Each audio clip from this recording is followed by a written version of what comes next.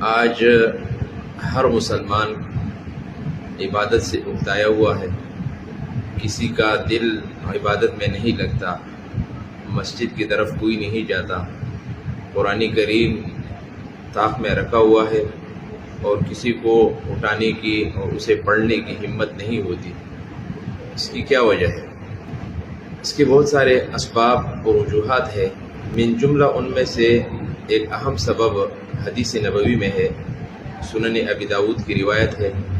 عبداللہ بن مسعود رضی اللہ تعالیٰ عنہ نبی علیہ الصلوۃ والسلام سے نقل فرماتے ہیں کہ الغناء ينبت النفاق في القلب كما ينبت الماء الزرع، کہ گانا بجانا، موسیقی، وہ انسان کے دل میں منافقت اس طور پر پیدا کرتا ہے جس طرح کے کھیت کو پانی دینے سے کھیت سرسبز اور شاداب ہوتا ہے اور لہلہاتا ہے۔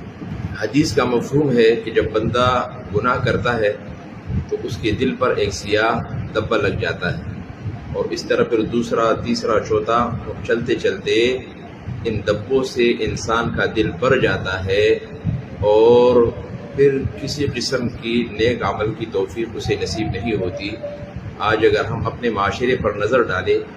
تو چاہے دکان ہو، گاڑی ہو، بازار ہو، گھر ہو، ہر جگہ گانے بجانے، میوزک عام ہو چکا ہے، اور کوئی اسے محسوس بھی نہیں کرتا کہ یہ کتنا بڑا گناہ ہے۔